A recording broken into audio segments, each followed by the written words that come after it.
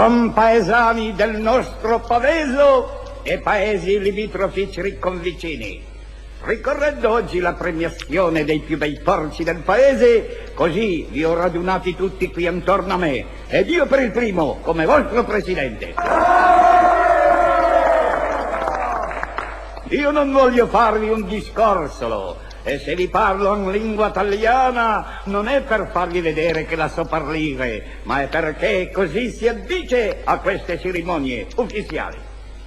Il nostro paese, a nessuno secondo, non è un paese climatetico. Qui non abbiamo gli hotel Bella Vista o Miramare e nemmeno il Miramonte e il Miralago. No, qui noi non miriamo niente. E nemmeno possediamo una di quelle misere sorgenti di acqua purgativa, diuretica e sulfurosa, dove gli albergatori ti ampiniscono le pance dei poveri clienti di acqua morsa e poi te li pellano belle vivi. No, noi non possediamo niente di tutto questo, ma in compenso abbiamo la più bella produzione porcifera, il più bello allevamento di maiali che vanti tutti il circondario. Ed è col cuore gongolante di gioia, ed è con intima soddisfazione che io vi dico: volete un bel porco, volete un vero porco, non cercatelo altrove, cercatelo qui.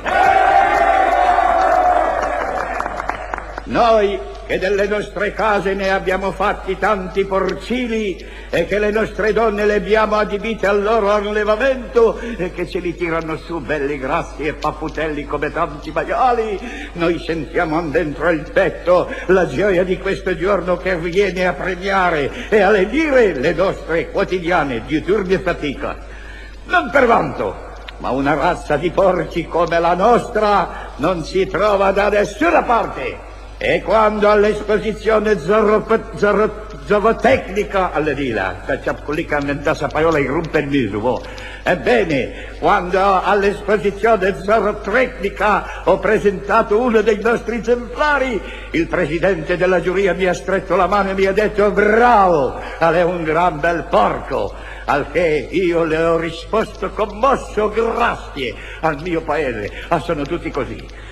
Quindi, o signori, il porco non è l'animale immondo che tanti definiscono, no, è semondo, il più mondo di tutti, ed è perciò che io faccio la chiusa al mio discorsolo, invitandovi a gridare tutti con me: evviva questo porco mondo!